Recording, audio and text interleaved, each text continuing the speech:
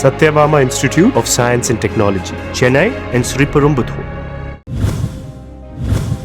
செங்கல்பட்டு தொகுதியில் தாம் வென்றால் ஆரம்ப சுகாதார நிலையத்தில் ரத்தத்தை சுத்திகரிக்கும் டயாலிசிஸ் வசதி, பட்டா பிரச்சினை, சுங்கச்சாவடியை அகற்றுவது என பொதுமக்களின் நீண்டகால கோரிக்கைகளுக்கு தீர்வு காண்பதாக திமுக வேட்பாளர் கார்த்திக் தண்டபாணி உறுதியளித்துள்ளார். மக்களுக்கு பயன்பெறும் வகையில வழிவகை பண்ணி கொடுப்போம். நிச்சயம் டோல்கேட் எடுக்கிறதுக்கான முயற்சியை சம்பந்தப்பட்ட அதிகாரிகளிடம் கொண்டு போய் சேர்ப்பார்.